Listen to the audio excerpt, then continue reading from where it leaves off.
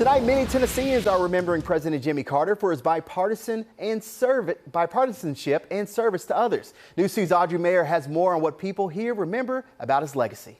Tonight, Nashville attorney David King remembers when he was just 22 years old, meeting President Jimmy Carter when he was governor of Georgia running for president. It was in his integrity, it was his willingness to answer questions that were just straightforward answers. He didn't seem to have a political spin to everything he had to say. He was so straightforward and honest with his beliefs. Retired Judge Hamilton Gayden remembers meeting President Jimmy Carter in 1964 and says Carter was a man who cared about others more than himself. He could talk to Democrats and Republicans alike, and when he finally got beat by Ronald Reagan, he was very gracious in that and carried on.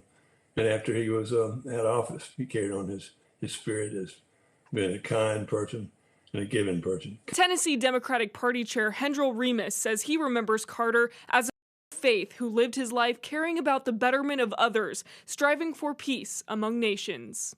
I think right now, if we look back at Jimmy Carter's life, the incoming president, the current president, and politicos in Washington, D.C. and all across the nation should take from him an example of how to truly put political differences aside to try to achieve common ground in ways that will truly help to benefit the lives of ordinary people.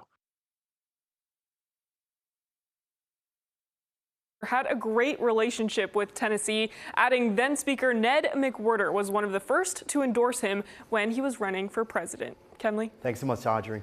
We have much more on Jimmy Carter on our website, WKRN.com, including significant milestones in his presidency and in his life. Photos of the 39th president throughout the years, from his humble beginnings in Georgia to the White House and beyond. We look at the impact of Rosalind Carter on shaping her husband's legacy, especially after his time in D.C., and notable quotes from the former president, including how he defines himself as a father, husband, Southerner, naval officer, and a lover of Bob Dylan's songs and Dylan Thomas's poetry.